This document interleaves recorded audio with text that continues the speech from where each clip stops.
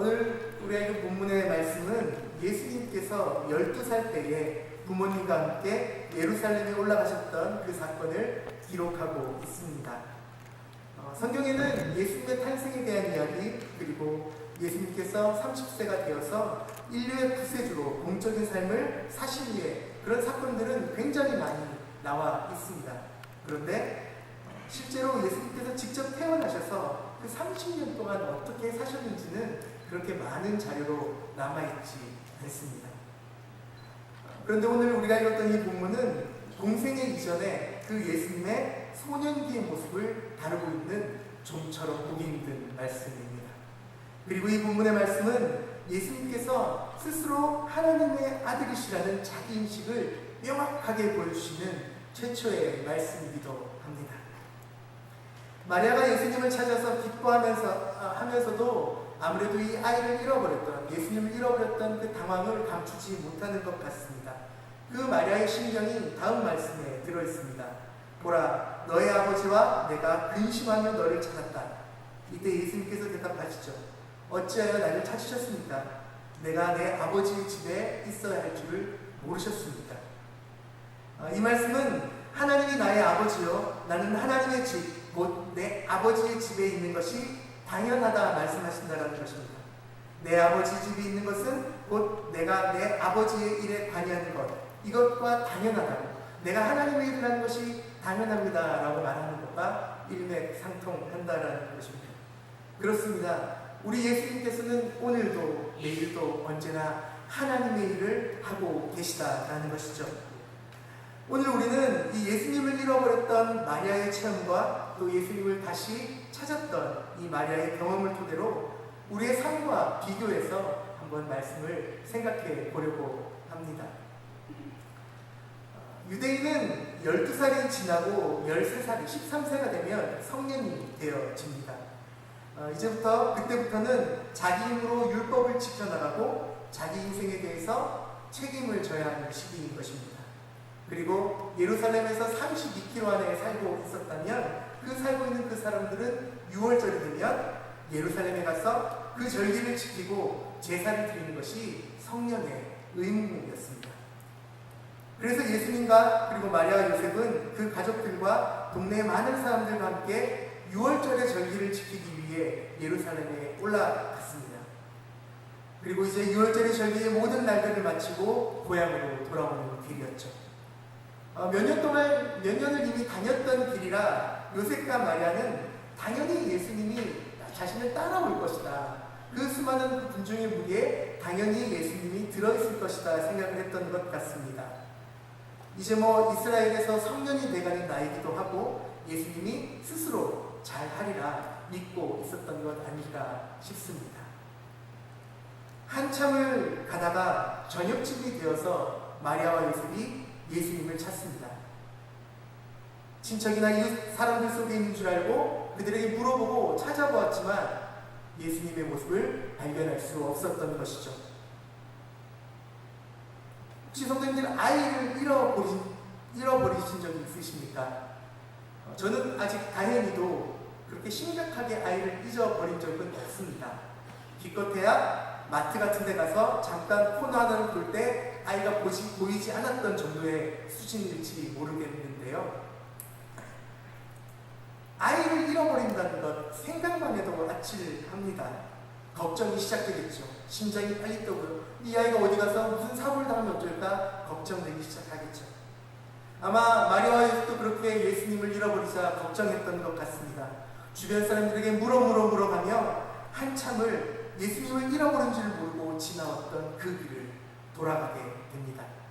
예루살렘으로 다시 올라가는 것이죠. 정확히 언제부터 예수님을 잃어버렸는지 알 수 없지만 어머니 마리아는 예수 그리스도를 잃어버린 경험을 하고 있습니다. 오늘 말씀을 보면 적어도 사흘 동안 예수님을 잃어버렸던 것으로 알 수 있습니다. 육신적으로 마리아는 분명히 예수님의 어머니입니다. 그리고 예수님은 마리아의 아들인 것이죠. 이 사실은 예수님을 잃어버린 상황에서도 변하지 않는 것입니다. 마리아가 어머니이고 예수님이 아들이라는 것은 예수님을 잃어버린 상황에서도 변하지 않는 그런 관계인 것이죠.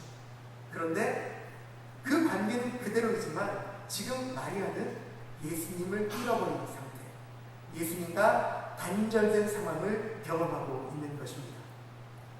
이렇게 관계는 변하지 않지만 주님과 우리 사이에 더 이상 사귐이 없는 경우가 있을 수 있습니다. 우리는 오늘 본 말씀 속에서 서로 관계는 있지만 사귐이 없는 잃어버린 관계를 생각해보고 싶습니다. 이때까지 우리가 예수님과 관계를 맺고 살아왔지만 혹시나 지금 예수님과 사귐이 없는 삶을 살고 있지 않을까 생각해 보는 것입니다. 예수님을 통해 하나님의 백성이 되었는데 마치 예수님을 잃어버린 마리아처럼 예수님과 상관없이 나만의 길을 걸어가고 있는 것은 아닐까 돌아보자라는 것입니다. 첫 번째 생각으로 마리아와 예수님의 첫 만남을 생각해 보시겠습니다. 먼저 예수님과 사귐이 있었던 삶을 한번 생각해 보십시오. 마리아에게 예수님이 잉태되었고 예수님이 탄생하게 되었습니다. 물론 처음 마리아가 예수님을 잉태했을 때 두려움에 있었습니다. 주님의 천사가 그 하나님의 아들의 잉태를 알려주게 되었을 때 마리아에게 맨 처음 어떤 생각이 들었을까요? 그가 정혼하고 있는 남편이 생각나지 않았겠습니까? 아직 결혼도 하지 않았는데 남편의 눈과 세상 사람들의 눈이 두려웠을지도 모르겠습니다. 그 사람들의 눈을 의식했고 그런 것들 때문에 두려워했을지 모르겠습니다. 하지만 분명한 것은 마리아는 예수님을 잉태하였습니다. 지극히 높으신 이의 아들이 내 안에 잉태되었다는 것을 믿고 그 믿음이 그 개인적인 두려움과 사람들의 시선을 이기게 했던 것입니다. 세례 요한의 어머니인 엘리사벳이 찾아와 서로를 격려합니다. 비록 말구 위에서 예수님을 낳았지만 동방에 있는 박사들과 양치던 목자들이 그곳을 찾아와 격려했습니다. 마리아는 이 모든 일을 보고 그것들을 자신의 마음에 잘 새겨두었습니다. 물론 예수님을 시기한 사람들 때문에 애국까지 피난을 가게 되었지만 그곳에서의 삶도 보람이 있었습니다. 애굽에서 돌아온 후 마리아는 어린 아기 예수님을 안고 성전으로 갑니다. 비록 가난해서 송아지나 양을 잡아 바치지 못했지만 자신이 드릴 수 있는 최선인 비둘기를 잡아들인 후에 예루살렘 성전에 시몬이라는 사람이 그런 사람을 만나게 됩니다. 그 시몬이라는 사람이 아기 예수를 안고 이렇게 선포하죠. 기뻐하면서 이방을 비추는 빛이요 주의 백성 이스라엘의 영광. 이 아이가 하나님의 영광이라고 외치고 그 일을 선포하기 시작합니다. 마리아는 이 모든 것들을 기억하고 있습니다. 절대 예사로 넘기지 않았겠습니다. 마리아는 예수님이 누구인지 알고 있었습니다. 예수님이 자신의 태중에 있을 때에 가슴에 안겨 잠이 들어 있었을 때에 때로는 좀 더 커서 놀이터에 나가서 놀고 있을 때에 예수님이 하나님의 아들이라는 것을 마리아는 잊지 않았을 것입니다. 수많은 날들을 예수님과 함께 식탁에 앉아 함께 식사하고 얼마나 많은 이야기들을 나누었겠습니까? 이렇게 마리아와 예수님의 관계는 날로 깊어져 갔습니다. 누가복음 2장 40절에는 이렇게 표현합니다. 아기가 자라며 강하여지고 지혜가 충족하며 하나님의 은혜가 그 위에 있었더라.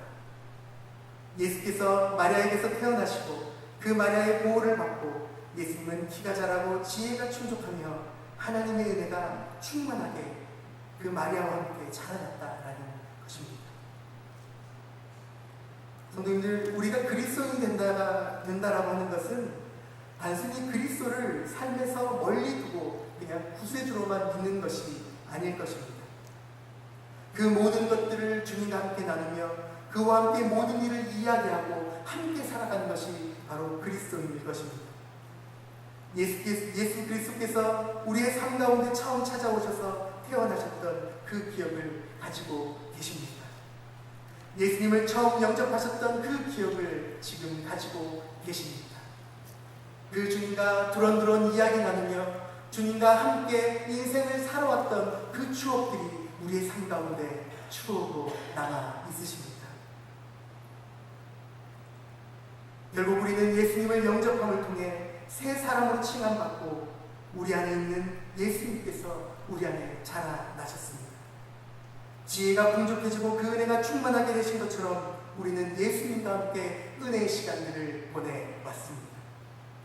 하나님의 은혜가 예수 안에 충만하심을 통해 우리도 그 예수 그리스도를 통해 받은 은혜가 너무나 큰 것을 다들 알고 계실 것입니다. 우리는 이러한 은혜의 경험을 삶 속에서 체험하고 말씀 가운데 배웠으며 앞으로도 그렇게 살아가고자 합니다. 아마 이 자리에 계신 모든 분들이 하나의 소원이 바로 그것일 것입니다. 마리아가 경험했던 그 예수 그리스도, 그리고 오늘 체험하고 있는 그 예수 그리스도, 그 주님과 함께 영원히 살아가는 것, 그 주님과 함께 하나님의 은혜를 경험하며 매일같이 동행하는 것, 그것이 바로 우리에게 모인, 이 자리에 모인 우리 모두가 가지고 있는 하나의 소원일 것입니다. 우리가 수많은 시간 그렇게 주님과 함께 동행해오고 동행해 갈 것입니다. 자, 이제 두 번째 생각을 해보고 싶습니다. 마리아와 요셉이 예수님을 잃어버린 것 같이 그리스도와 헤어진 관계가 없는지 한번 생각해보고 싶은 것입니다. 마리아는 유월절 절기를 지키고 고향으로 돌아가는 길이었습니다. 마리아와 요셉은 당연히 예수님이 동행하는 줄 생각했습니다. 하지만 하룻길을 걸어가는 동안 예수님은 그들과 동행하고 있지 않았습니다. 심지어 그 시간 동안 예수님이 나와 함께하고 있는지, 마리아와 요셉에게 함께하고 있는지 찾아볼 생각도 하지 못했던 것이지. 주님이 나와 함께 있는 것, 예수님이 나와 함께 있는 것이 당연하게 느껴졌을지 모르겠습니다. 하지만 분명한 것은 지금 마리아와 요셉은 예수님 없이 자신의 길을 가고 있습니다. 하룻길을 가고 날이 저물었을 때에야 예수님께서 자기들과 함께 있지 않은 것을 알게 되었습니다. 친척들과 아는 사람들 속에서 예수님을 찾았지만 이미 예수님은 그곳에 계시지 않았습니다. 예수님을 잃어버린 것입니다. 그냥 부모가 아이를 잃어버린 사건인데 뭐 그걸 그렇게 심각하게 보고 그걸 우리의 삶에 투영하느냐, 그렇게 물으실지 모르겠습니다. 그러나 이런 비슷한 사건들이, 그런 신앙의 사건들이 오늘을 살아가는 우리 안에도 있을 수 있다고 생각합니다. 예수님을 처음 만났던 그 사모함과 감격은 사라지고 이제 나는 좀 편하게 있어도 예수님은 날 떠나지 않을 거야. 예수님을 믿고 구원받았으니 내 생각과 내 행동은 어떻게 해도 예수님과 크게 다르지 않아. 예수님은 언제나 나와 함께하고 있어. 나는 틀리지 않아. 나는 예수님을 잃어버리지 않았어. 혹은 나는 매일 예수님과 만나고 있으니까 오히려 저 다른 사람이 예수를 잃어버린 걸 거야. 나는 틀리지 않아. 혹시 이렇게 생각하고 계시지는 않습니다. 마리아와 요셉은 자신들이 예수님과 동행하고 있다고 생각했습니다.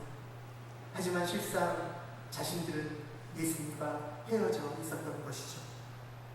물론 어머니와 자녀의 관계처럼 하나님 아버지와 우리가 하나님의 자녀들이라는 그 관계, 그 명칭은 변하지 않습니다.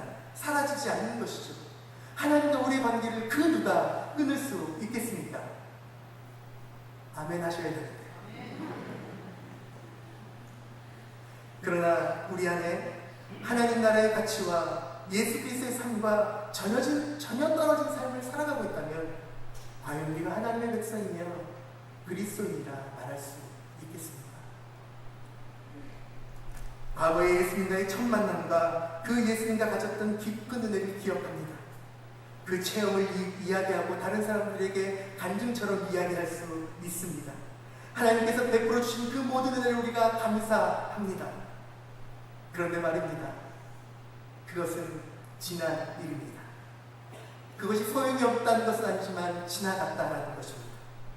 하나님은 지금도 하나님의 새로운 일을 우리에게 행하고 계십니다. 예수님은 시대마다 역사마다 수많은 사람들을 통해 또한 수많은 사건들을 통해 하나님 나라의 그 가치를 이 땅 가운데 드러내고 계십니다. 우리의 일상에, 그리고 하나님이 사랑하시는 온 세상에 그 하나님의 나라를 펼쳐가고 계신데 우리는 과거에 만났던 그 하나님, 과거에 체험했던 그 하나님의 은혜를 자랑스럽게 여기면서도 오늘 지금 이 땅 가운데 주님이 무엇을 하고 계신지 우리가 얼마나 얼만큼 관심을 가지고 주님을 살피고 있는지 모르겠습니다. 그런 표지판이 있습니다. 순간의 방심이 큰 사고로 이어집니다. 예수님을 믿고 교회 생활을 좀 하시다 보니 예수님이 자기와 동행해야 되는 분으로 생각하고 혹여 방심하고 있지 않으십니까? 이 와중에 주님과 함께 잘 동행하고 계시다면 축하드립니다. 방심하지 마십시오. 저한테 하는 말입니다. 그런데 정말 혹시나 우리의 삶이 예수님을 잃어버리지 않았을까 생각해보고 싶습니다. 예수님을 잃어버린 마리아와 요셉은 자기 인생에 빠져서 내가 살아온 10년, 20년의 그 신앙생활에 빠져서 예수님을 잃어버린 것은 아니었을까요? 자기 체험의 얘기에 빠져 교회 예배에 참석하지만 겸손히 하나님만을 바라보지 못하고 사람들이 일어나는 일에 우리의 관심을 완전히 두고 있지는 않으십니다. 다른 사람들을 만나서 즐겁고 행복하게 사귀는 것이 곧 그리스도와 사귀는 일이라고 생각하시면서 정작 예수 그리스도의 인격과 그 삶 가운데 맺어져야 할 성령의 열매에는 둔감하시지 않으십니다.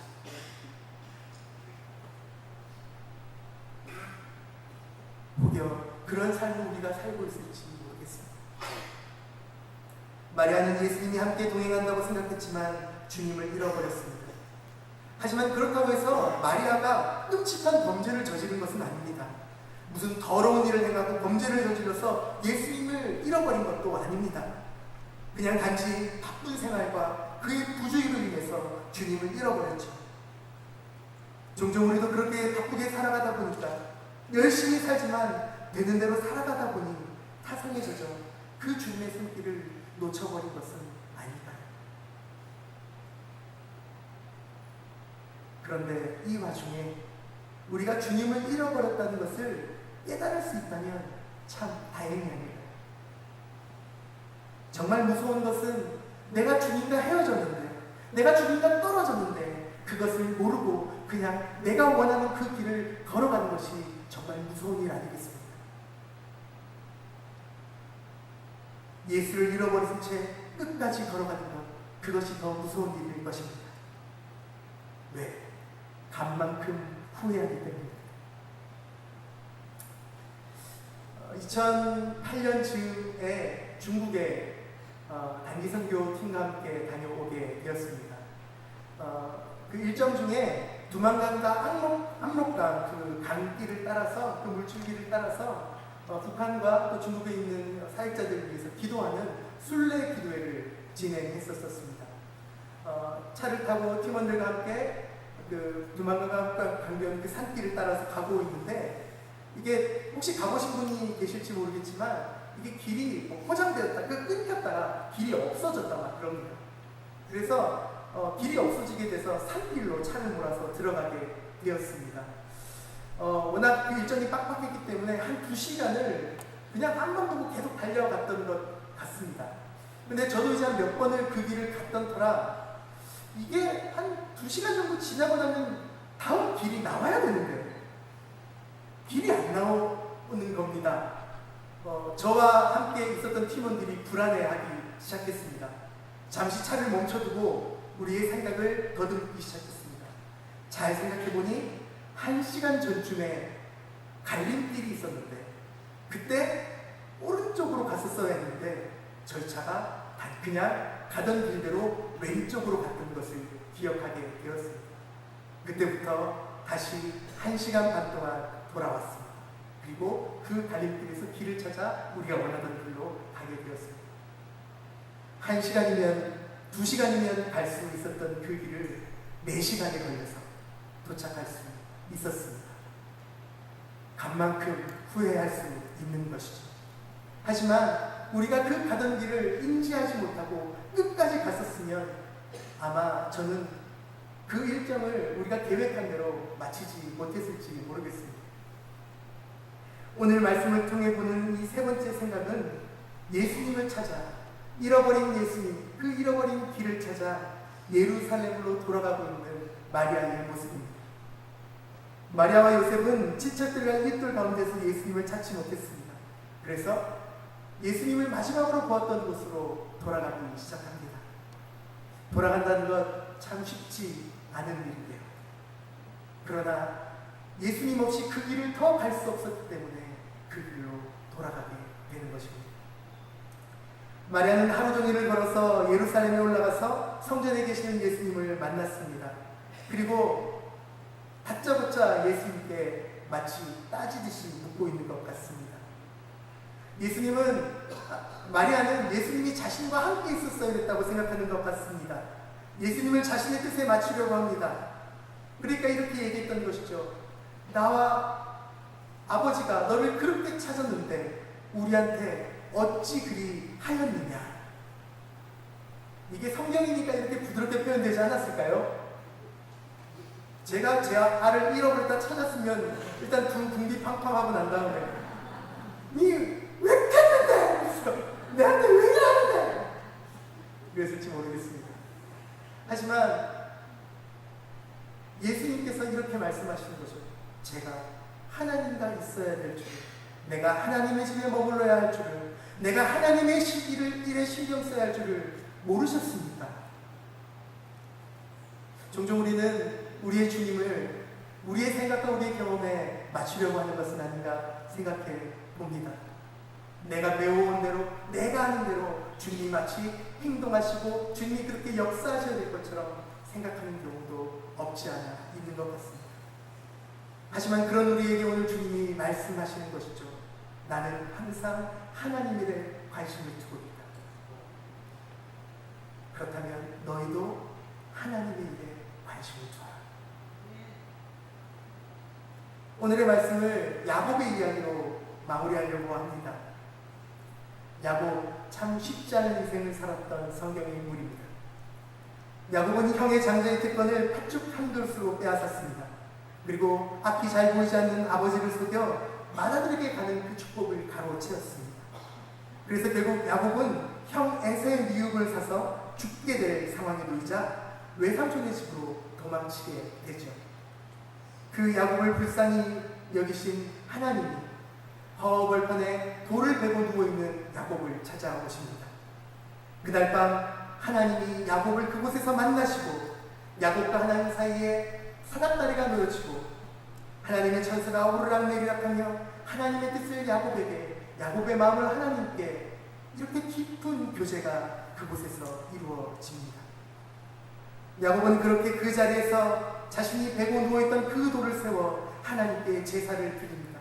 그리고 그 단을 세운 것을 이곳은 내가 하나님을 만난 곳이라, 이곳은 하나님이 계신 곳이라, 이곳을 하나님의 집이라, 그리고 베델이라 부르기 시작합니다. 하나님과의 추억을 깊이 담은 그곳을 하나님의 집이라 부르고 그곳에 하나님께 예배단을 쌓는 것이죠. 이제 야곱은 하나님께 언약합니다. 하나님, 내가 가는 곳마다 나와 함께 하시고 내게 복을 주십시오.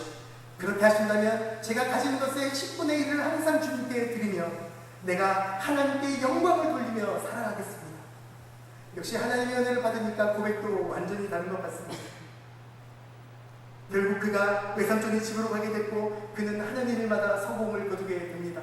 물론 쉽지 않았지만 아내도 얻고 수많은 자식들을 가지게 된 것이죠. 그리고 많은 재산과 함께 그가 고향으로 돌아오게 됩니다. 그 베델, 그 하나님과의 만남 이후에 야곱의 인생이 마치 잘 풀려지는 것 같습니다. 항상 야곱이 하나님과 함께하는 것 같습니다. 그런데 어느 날 이상한 일이 벌어집니다. 야곱에게 디나라고 하는 딸이 있었는데 이 딸이 이방에 있는 1세 여자들을 구경하러 갔다가 그곳에서 세겜 쪽의 추장들, 그 남자들에게 수치를 당하게 됩니다. 이때 야곱의 아들들이 복수를 하기 위해 계교를 꾸밉니다. 여동생에게 수치를 준 세겜 그 주장을 만나서 너희가 내 동생을 데려가려면 조건이 있다라고 합니다. 우리 유대인들이 태어나면 모두 할례를 행하는데 너희는 그렇지 못하니 우리와 서론이 되려면 너희들은 할례를 받아야 된다.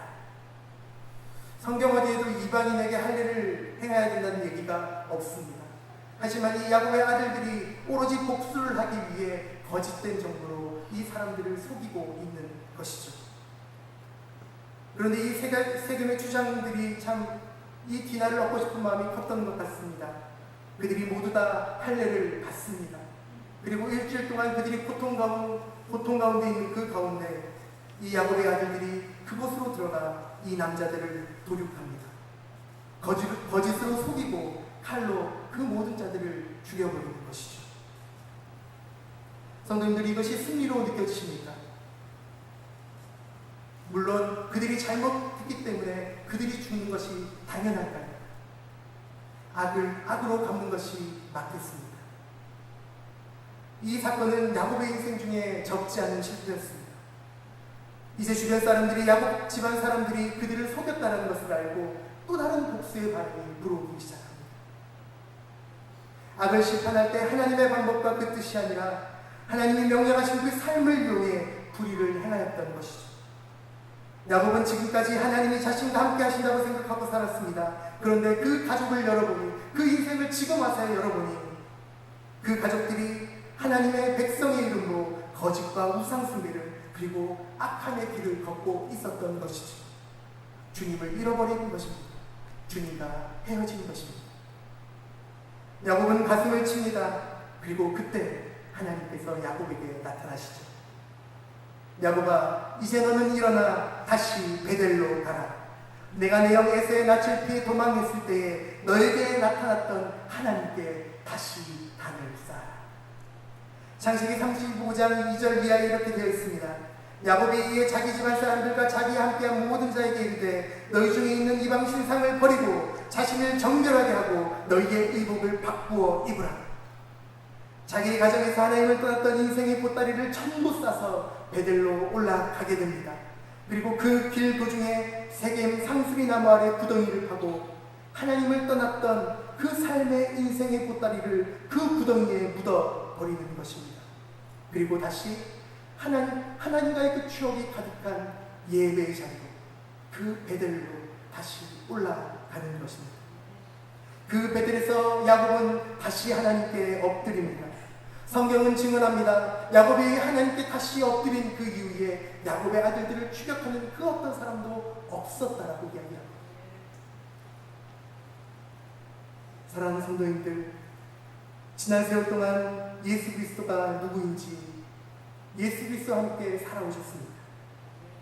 성령으로 우리 안에 예수님께서 새로운 일을 시작하신 지가 얼만큼 되었습니까? 이후에 예전의 은혜로운 그 시간들을 다 기억하고 계십니다.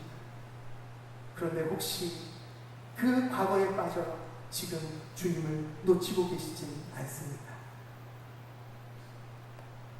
이제 우리가 돌아가야겠습니다. 주님이 계신 그곳으로, 주님의 사랑이 있는 곳으로, 예수님이 머물고 계시는 곳으로, 하나님의 마음이 있는 곳으로 우리의 마음과 우리의 삶을 돌이켜야 하겠습니다. 이제 잃어버린 그곳으로 돌아가십시다. 질주하던 나만의 길을 멈추고 잘못된 감정과 판단, 인생의 보따리를 상수리 나무 밑에 묻는 믿음의 결단을 가지고 예수님을 찾아 주님이 계신 그곳으로, 주님이 머물고 계시는 베델로, 주님이 계신 그 예배의 자리로 우리의 삶을 돌이켜야 하겠습니다. 예수님과 관계를 맺고 있지만 주님의 손길을 잃어버린 삶이 우리에게 있을 수 있다는 것을 항상 기억하시며 언제나 스스로를 살피시며 주님과 함께 걸어가시기를 간절히 기도하겠습니다. 시간 다 함께 좀 기도하며 나가십시다. 하나님, 언제나 우리의 삶에 찾아와 주셔서 감사합니다. 주님, 이 수많은 날들을 귀한 하나님의 은혜로 우리가 살았는데 주님, 우리의 남은 날들도 주님 역사해 주셔서 우리로 주님과 함께 동행하는 은혜를 누릴 수 있도록 주님 허락하시고 우리를 인도하여 주시옵소서. 주님, 비록 우리의 연약함과 부족함으로 우리가 주님의 손을 놓을지라도 주님은 우리를 끝까지 부르시고 주님 우리의 삶에 찾아오셔서 주님, 우리가 주님의 그 뜻과 다른 길을 걷지 않도록 주님 우리의 모든 인생을 인도하여 주시옵소서. 이 연약한 가운데 찾아오셔서 우리를 이끄신 주님께 감사드리며 예수 그리스도 이름으로 기도드립니다.